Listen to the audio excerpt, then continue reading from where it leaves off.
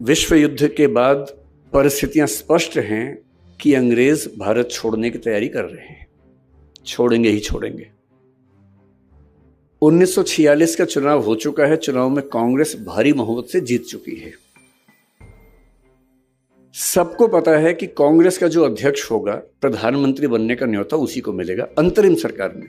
अभी भारत आजाद नहीं हुआ है, आजादी 1947 में मिलनी है। मैं 46 की बात कर रहा हूं, एक साल पहले की बात कर रहा हूं।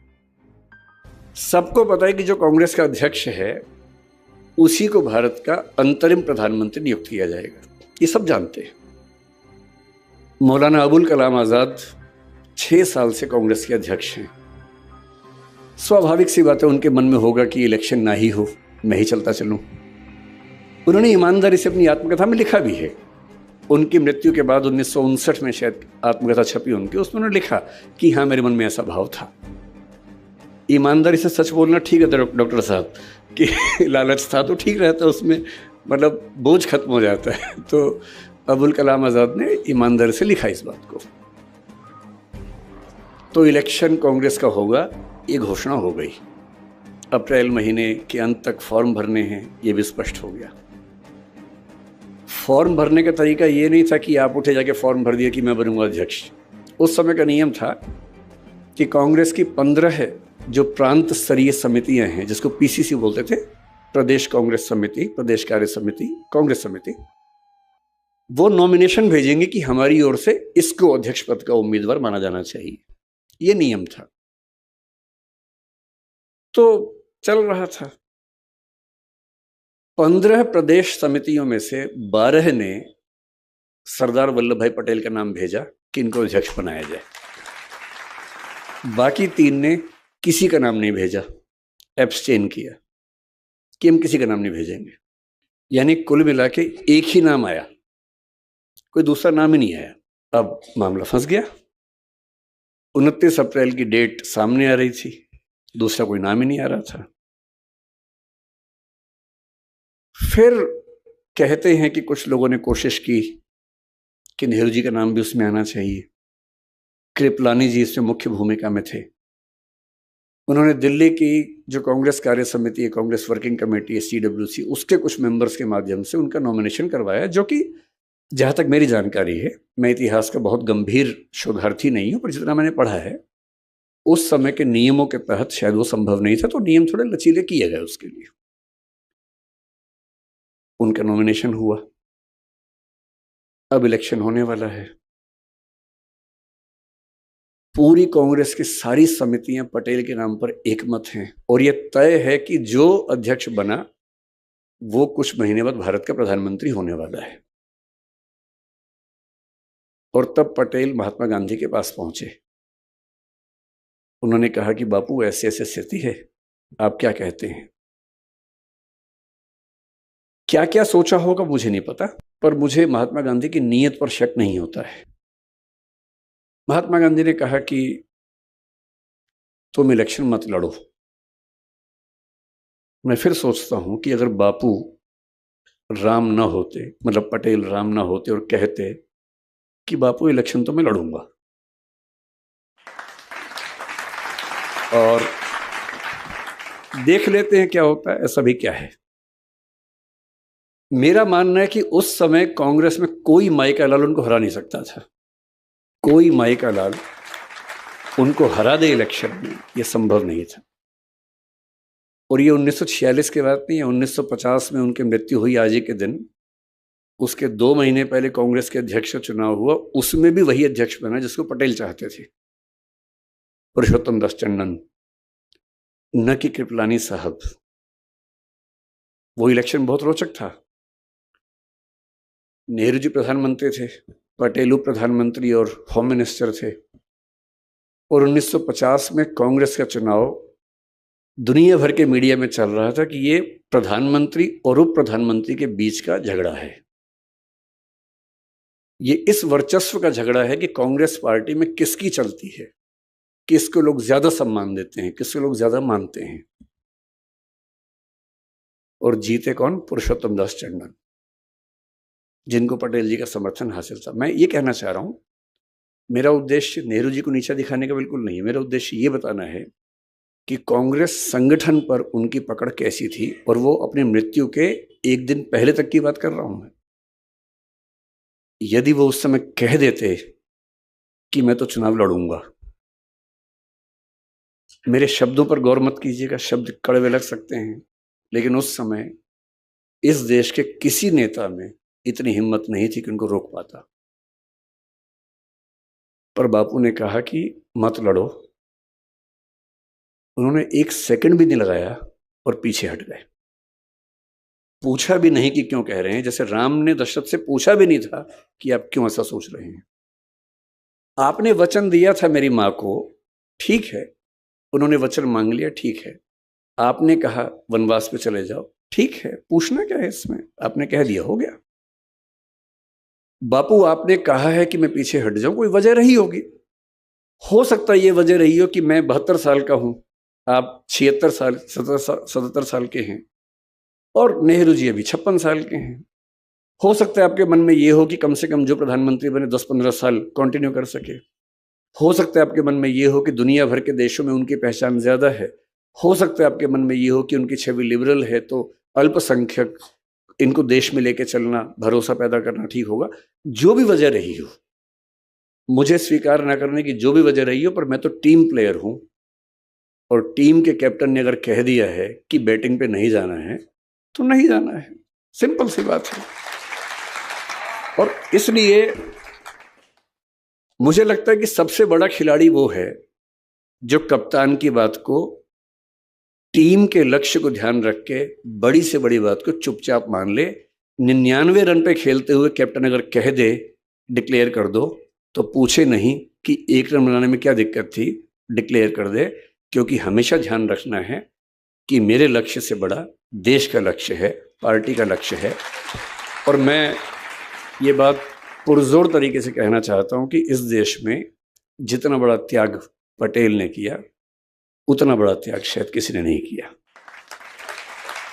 मतलब महात्मा गांधी तो उस रेस में थे ही नहीं, लेकिन जो लोग मंत्री बनने की प्रक्रिया में शामिल थे, अगर मैं उनकी बात करूं, भाई जिसके सामने थाली सजा के प्रधानमंत्री का पद रखा हो, और उनको ये अच्छे से पता था कि 1946 चल रहा है, संविधान बनते बनते 3-4-5 साल लगी जाएंगे, 1951-52 में पहली बार इलेक्शंस होंगे, पहला पीएम बनेगा, और तब मेरी उम्र अगर मैं रहा तो 77 के आसपास होगी, और 77 की उम्र में प्रधानमंत्री बनूंगा, इस इरादे से कोई चलता नहीं है। कम से कम यही नियति को शायद मंजूर भी था कि वो 75 के आसपास की उम्र में 1950 में दिसंबर महीने में उनकी मृत्यु हुई।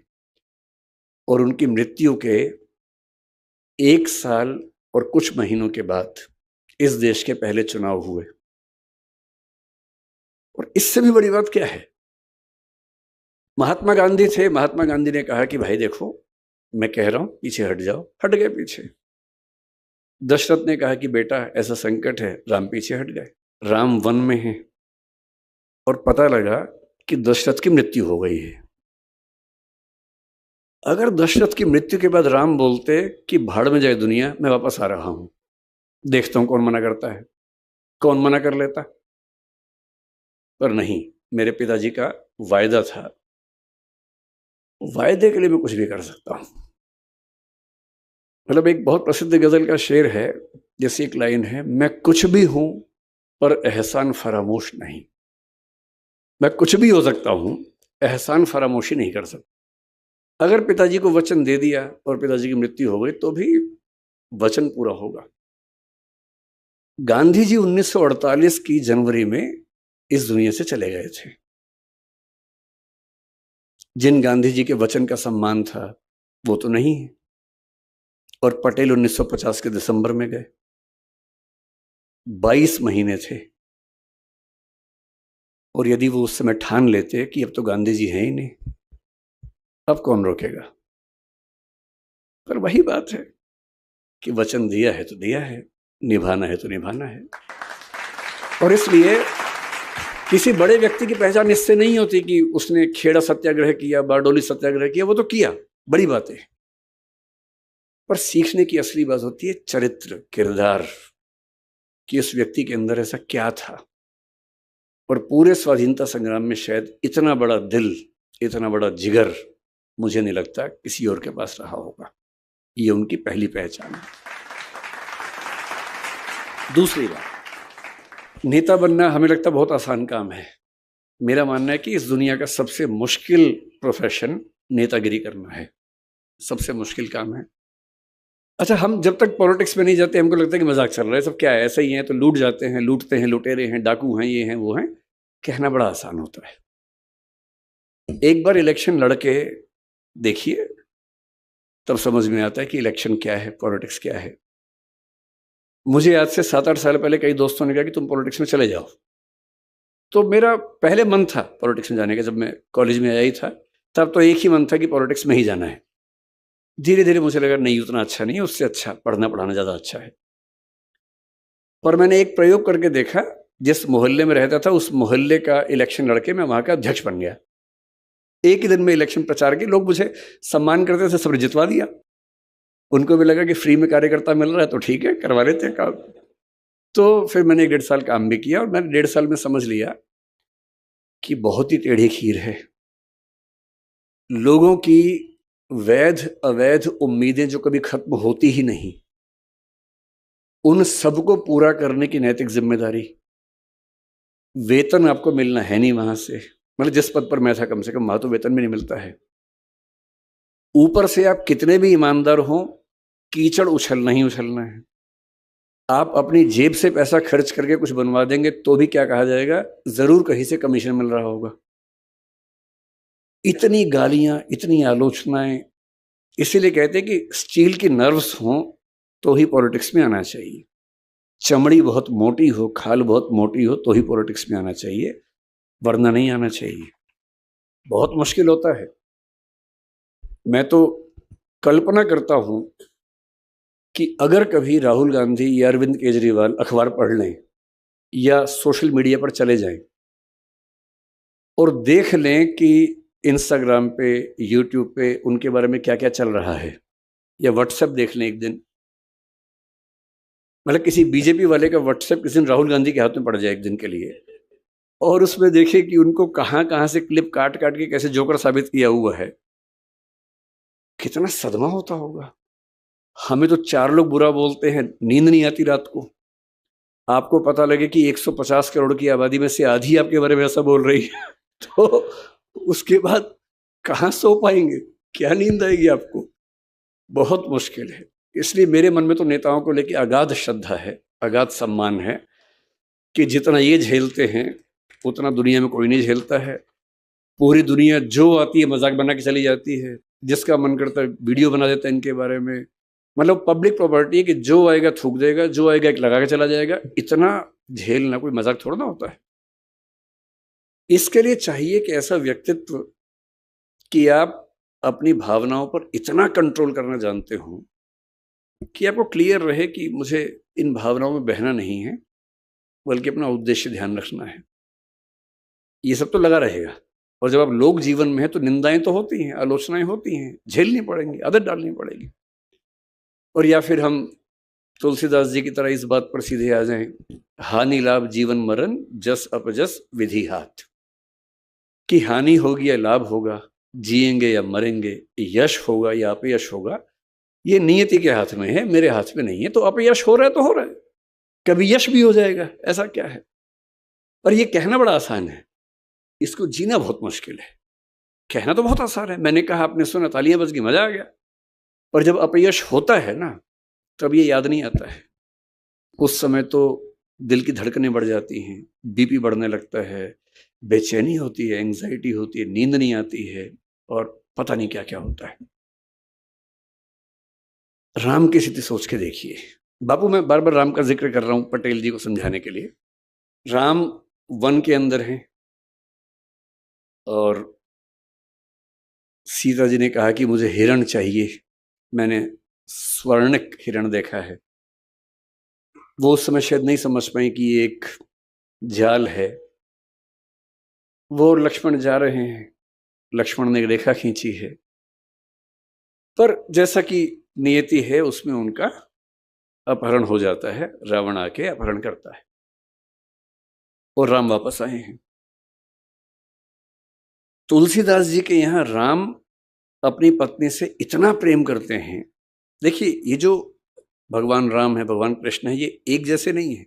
वाल्मीकि के यहाँ इनका व्यक्तित्व अलग है, भवभूति के यहाँ अलग है, तुलसीदास जी के यहाँ अलग है, निराला के यहाँ अलग है, क्योंकि कवि अपने समय के हिसाब से अपने आराध्य के व्यक्तित्व को भी बदलता है और अच्छा बनाता है। तुलसीदास जी के राम अपनी पत्नी से इतनी मोहब्बत करते हैं, इतना प्रेम करते हैं,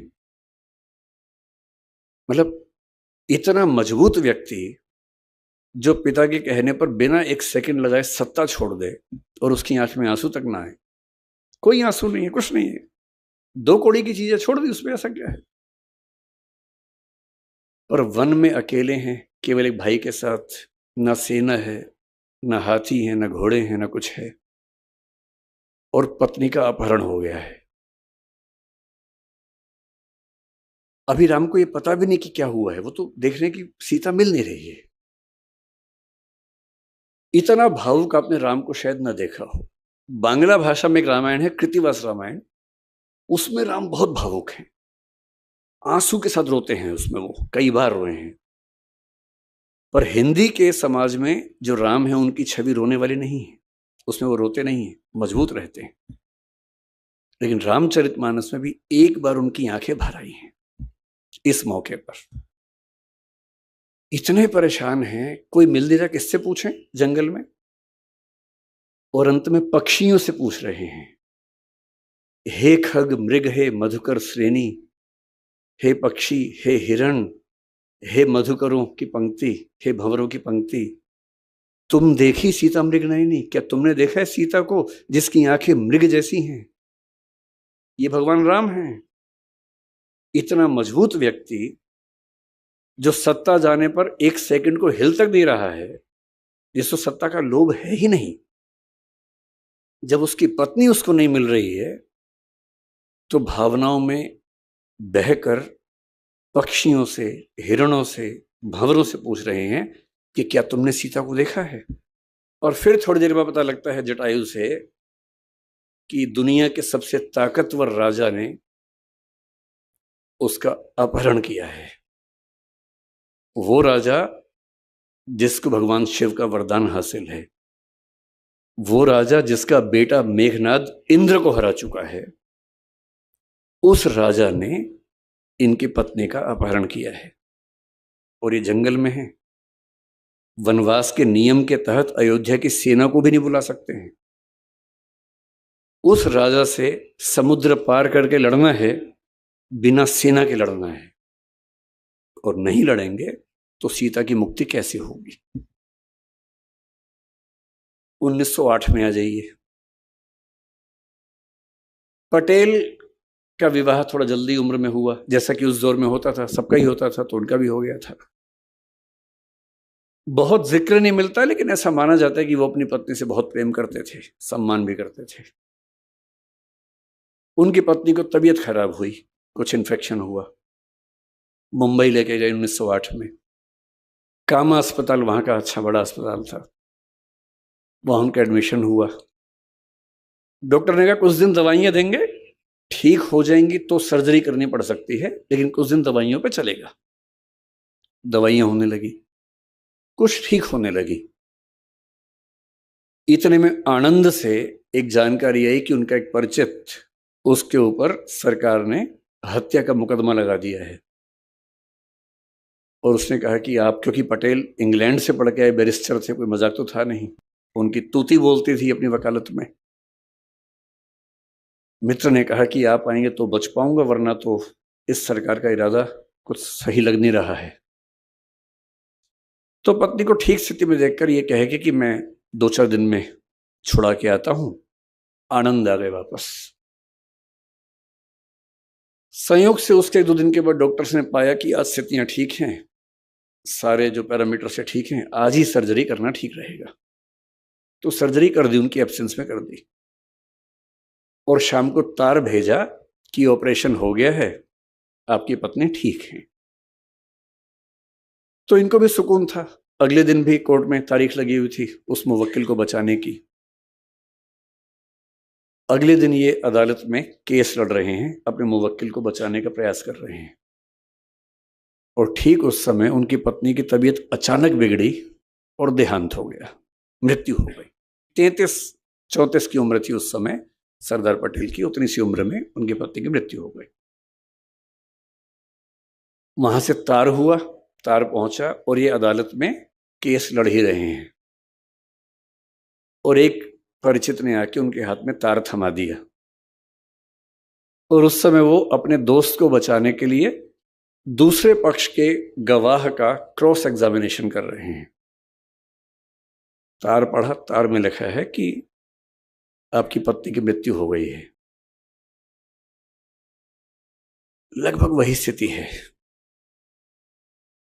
ऐसे में कौन काम करना चाहेगा? कोई भी ये चाहेगा कि फिलहाल मैं यहां से जाऊं, दुख अपना कम करूं, परिवार के साथ बैठूं,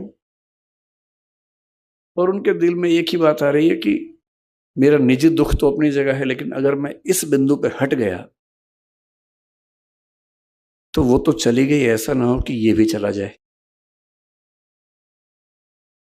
और 1-2 मिनट का अंतराल, मन ही मन में अपने आप से बातचीत, तार को मोड़ के जेब में रखा, जिरह की, दोस्त को बचाया, और कार्यवाही खत्म होने के बाद दोस्त ने पूछा क्या तार आया था, और तब पहली बार किसी को पता लगा कि इतनी बड़ी बात हो गई है।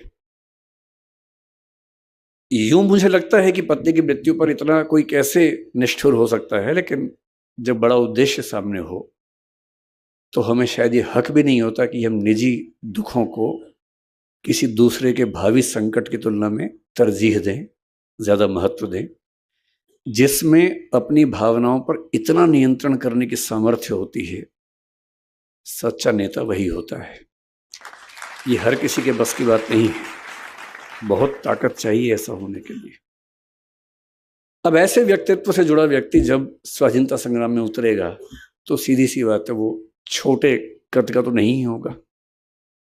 जो इंग्लैंड से पढ़ के आया हो, जिसको सिगार पीना भी आता हो, और जिसको शाम के समय अंग्रेजों की संगत में होकर कोट पैंट पहन के सिगार पीने और अंग्रेजी बोलने का लहजा भी आता हो, और उसी को अगली सुबह बारडोली के किसानों के साथ आप बैठे हुए देखें, बैलगाड़ी में धोती पहने हुए, एकदम गांव के आदमी की तरह, तो आपको समझ में आता है कि एक व्यक्ति के कितने रूप, कितने चेहरे हो सकते हैं।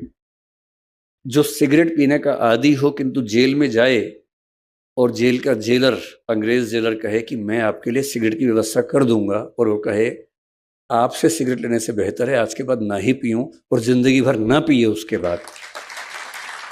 मतलब वो बड़ी बातें तो दुनिया जानती है, लेकिन जो बातें किसी के किरदार को बनाती हैं, असली बातें तो वो हैं।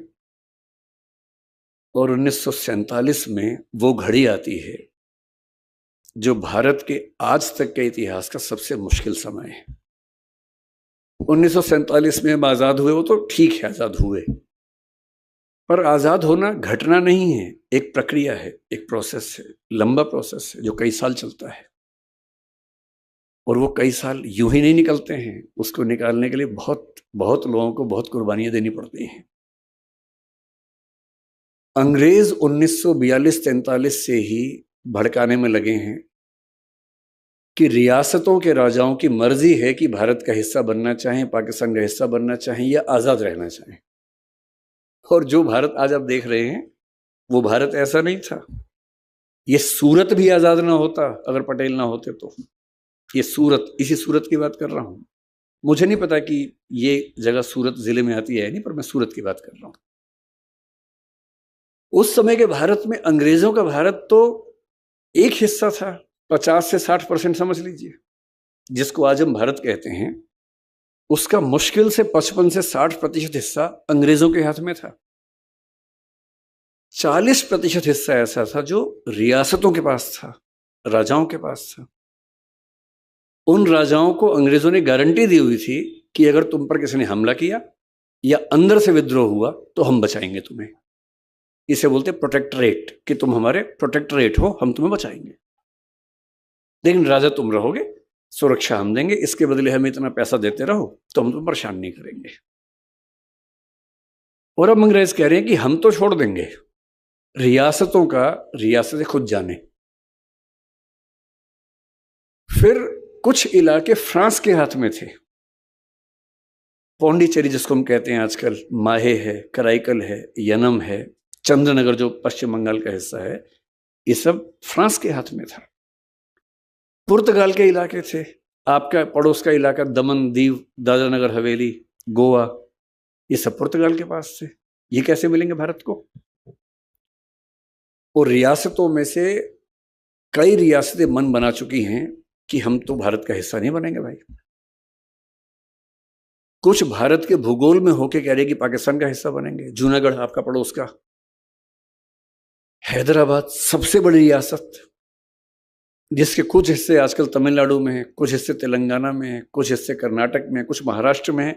इतनी बड़ी रियासत थी, देश की सबसे बड़ी रियासत, उसका निजाम कह रहा है कि हम तो आजाद रहेंगे क्योंकि पाकिस्तान ने उसे सपोर्ट किया कि हम साथ देंगे तुम्हारा। उधर कश्मीर, कश्मीर तो बॉर्डर पे है, फिर भी एक संभावना बनती थी कि पाकिस्तान का हिस्सा बनेगा, भारत का बनेगा। पर हैदराबाद कैसे सोच सकता था? 562 के आसपास रियासतें हैं। उधर केरल में त्रावणकोर की रियासत, कोचीन की रियासत, अलग अलग, वो आजाद होने के मूड में है क्योंकि अंग्रेज कह रहे कि तुम्हारे पास न्यूक्लियर मटेरियल है तुम्हारी जमीन के नीचे, हम तुम्हें सपोर्ट करेंगे। उनको परमाणु बम बनाने हैं और वो जो उसका रॉ मटेरियल चाहिए वो त्रावणकोर के नीचे दबा हुआ है। इधर राजा को शौक चढ़ गया कि हम तो अलग रहेंगे। जितने राजा उतने शौक। उन सबको मनाना है। नेहरू जी और पटेल जी की तुलना मैं करने से बचता हूं, लेकिन नेहरू जी के आदर्श बड़े सुंदर हैं, पर यथार्थ की जमीन पर कैसे मैनेज करना है उस मामले में पटेल का कोई मुकाबला नहीं था, कोई मुकाबला नहीं था। और महात्मा गांधी ने खुद कहा है कि यह काम इस देश में एक ही इंसान कर सकता था और वो थे सरदार वल्लभ भाई पटेल, कोई और कर नहीं सकता था। और इसलिए 1947 में एक मंत्रालय बनाया गया जिसको स्टेट, मतलब रियासती मंत्रालय हिंदी में बोल देते हैं। वो एक एडिशनल मिनिस्ट्री दी गई पटेल को, वीपी मेनन उससे सचिव बने, सेक्रेटरी बने। और इनका काम क्या था? भारत को एक करना है। जो 19वीं सेंचुरी में इटली में मैजनी, गैरिबाल्डी और कैवूर ने किया था, जो 19वीं सेंचुरी के अंतिम हिस्से में बिस्मार्क ने जर्मनी में किया, जर्मन भाषी लोगों को थोड़ा डेनमार्क से लिया, थोड़ा अलग से लिया, थोड़ा प्रशा से बात करके लिया और किसी तरह से जर्मनी को बना दिया जर्मनी। ठीक वैसे ही जो 1776 के आसपास जॉर्ज वॉशिंगटन ने अमेरिका के 13 राज्यों को मिलाकर अमेरिका बनाया था। और जब 1861 में अमेरिका के 7 राज्यों ने छोड़ के नया देश बना लिया और अब्राहम लिंकन ने युद्ध लड़के उन 7 राज्यों को वापस अमेरिका का हिस्सा बना के अमेरिका को एक रखने की हिम्मत दिखाई थी। अब भारत के सामने कुछ कुछ वैसी ही ऐतिहासिक चुनौती थी कि यह देश एक बन पाएगा या नहीं बन पाएगा। मैं कल्पना करता हूं कि अगर पटेल न होते उस समय और मुझे दिल्ली से यहां आना होता तो वीजा लेके आना पड़ता, सूरत का वीजा। और यदि कार से आता तो बीच में 5 वीजा और लगवाने पड़ते। भोपाल का अलग वीजा लगता, सूरत का अलग वीजा लगता, हैदराबाद जाऊं तो वहां का वीजा अलग। इन सब देशों के पास अपनी अपनी सेनाएं होती, पुलिस नहीं, सेनाएं, सबकी अपनी अपनी करेंसी होती। और युद्ध भारत पाकिस्तान में नहीं होता, भारत और भोपाल में हो रहा होता। भारत और हैदराबाद में युद्ध हो गया और सूरत भारत के साथ है, ऐसी खबरें सुन रहे होते हम लोग। मेरे पास भारत का पासपोर्ट होता, आपके पास सूरत का पासपोर्ट होता। अगर वो नौबत नहीं आई है और आप कश्मीर से कन्याकुमारी बेधड़क घूम सकते हैं, तो इसके लिए जो प्रैक्टिकल विजडम थी ना कि कैसे मनाना है, प्यार से मनाना है, चाबुक भी रखना है साथ में, लेकिन मनाना प्यार से है। अलग अलग राजा को अलग अलग प्रपोजल देके, प्रलोभन देके, डॉक्यूमेंट अलग अलग बना के जोड़ना है। बड़े राजाओं को ये ना लगे कि छोटे राजा के बराबर कैसे मान लिया हमें, तो उनको संविधान में प्रमुख पद राज्य प्रमुख का अलग से बना के देना है, वो सब करना है। और 562 में से 559 में केवल बातचीत से कोई समाधान कर ले, इसको 99.9% रिजल्ट कहते हैं। 562 में 559 को बिना एक भी लाठी मारे समझा देना कि भारत का हिस्सा बन जाओ, और बाकी 3 में से 2 को पता भी ना चले क्या हुआ। जूनागढ़ और हैदराबाद आज तक परेशान हैं।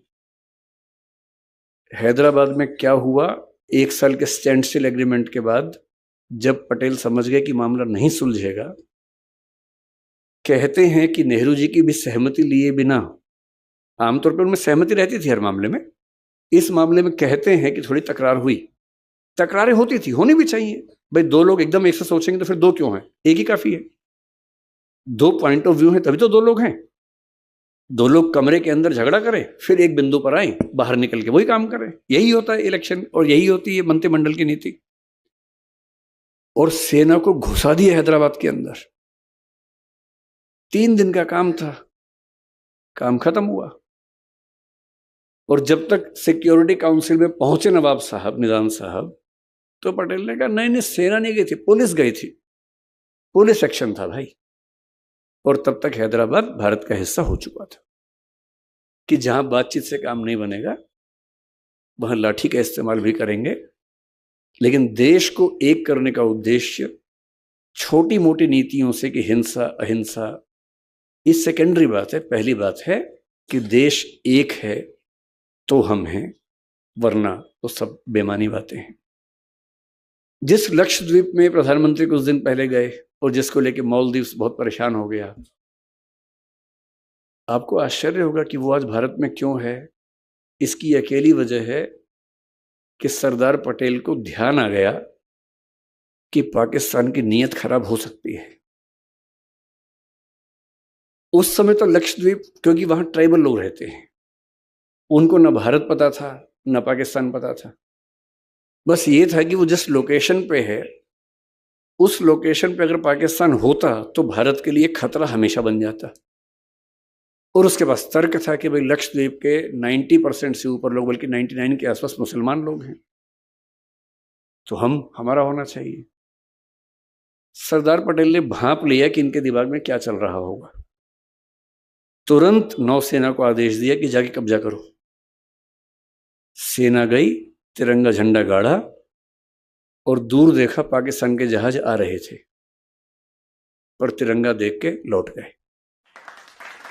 लक्षद्वीप भारत में सिर्फ इसलिए है कि सरदार पटेल को समय रहते ध्यान आ गया था और आदेश देके सेना को भेज दिया था। और जब देश आजाद हुआ, उनका अंतिम कंट्रीब्यूशन, क्योंकि जब मुझे आमंत्रित किया गया तो मन संचालक करण नाम आपका है ना, करण जी ने कहा कि सिविल सेवाओं में सरदार पटेल की बहुत बड़ी भूमिका है और आज एक सिविल सेवक खुद आए हैं तो उस पर बात होनी चाहिए। तो एक अंतिम जिक्र करके, मेरे ख्याल समय हो भी गया होगा ठीक ठाक, तो उसके बाद बात समाप्त करते हैं। उस समय एक सर्विस चलती थी ICS, आपके जो बड़े बूढ़े लोग हैं, माता पिता हैं, वो जानते होंगे, इंडियन सिविल सर्विस। अंग्रेज लोग चलाते थे, इंग्लैंड में एग्जाम होता था, ट्रेनिंग इंग्लैंड में, थोड़ी भारत में होती थी, कलकत्ता में फोर्ट विलियम कॉलेज में भी होती थी ट्रेनिंग, और वो लोग इस पूरे देश को चलाया करते थे। ऐसे ही एक ब्रिटिश सिविल सेवक से पटेल का पहला झगड़ा अहमदाबाद म्यूनिसिपैलिटी में संभवतः हुआ था, और उनको समझ में आ गया था कि सिविल सेवाओं को हैंडल किए बिना ये देश चल नहीं पाएगा। नेहरू जी के मन में भी स्पष्ट था कि सिविल सेवक अंग्रेजों का वेतन लेते हैं और ये भारत के नहीं है। जो अंग्रेज हैं वो तो हैं ही, जो भारत के लोग सिविल सेवक हैं वो भी भारतीय नहीं है, दिमाग से अंग्रेज लोग हैं। उनको देश से मतलब नहीं है, वो अंग्रेजों की तरफ से भारतीय स्वाधीनता संग्राम के खिलाफ खड़े हुए थे। यही बात पुलिस के लिए थी, जिसको आज IPS बोलते हैं, उस समय उसको IP बोलते थे, इंडियन पुलिस। आजादी जैसे जैसे पास आ रही थी, सारे कांग्रेस के नेता, नेहरू जी खास तौर पर, इस आईसीएस और कुछ हद तक आईपी को लेकर बहुत नेगेटिव मानसिकता से भरे हुए थे कि ये लोग देश को चला नहीं पाएंगे, इनको हटाना बहुत जरूरी है। शुरू में पटेल भी ऐसा सोचते थे, विशेष रूप से गोरे सिविल सेवकों को लेकर जो विदेश से आए थे। पर मैंने कहा ना कि पटेल के अंदर एक खास बुद्धि थी जो यथार्थ समस्याओं का यथार्थ समाधान ढूंढ पाती थी। हवाई बात करना बहुत आसान होता है, लेकिन प्रैक्टिकल सिचुएशन में जाके चीज को हैंडल करना, समाधान करना, उसके लिए अलग स्किल्स चाहिए होती। पटेल होम मिनिस्टर थे, देश संभालना उनको था। पाकिस्तान बनने का फैसला हो गया था, बहुत सारे मुसलमान यहां से पाकिस्तान जा रहे हैं, बहुत सारे हिंदू पाकिस्तान से भारत आ रहे हैं। ये वेस्ट पाकिस्तान में भी हो रहा है, ईस्ट पाकिस्तान में भी हो रहा है। ईस्ट पाकिस्तान जिस वक्त बांग्लादेश कहते हैं उसमें भी हो रहा है। और बार बार उस समय तो खबरें जानने का बहुत कम साधन थे, और ऐसी अफवाहें बार बार उड़ रही हैं कि यहाँ इतने मुसलमान मार दिए गए, यहाँ इतने हिंदू मार दिए गए। और एक अफवाह उड़ते ही दंगा शुरू होता था, हजारों लोग मर जाते थे क्योंकि अफवाह उड़ गई है। उन अफवाहों के बीच में देश के हर नागरिक को सुरक्षित रखना, भारत के मुसलमानों को, सिखों को, यहूदियों को, पारसियों को, जैनों को ये विश्वास दिलाना कि आप भारत में सुरक्षित हैं, ये होम मिनिस्टर की जिम्मेदारी है। और होम मिनिस्टर ये कैसे करेगा? जब तक उसके पास ऐसे प्रशासक ना हो जिनको एक जिला संभालना आता हो, एक राज्य संभालना आता हो, जिन्होंने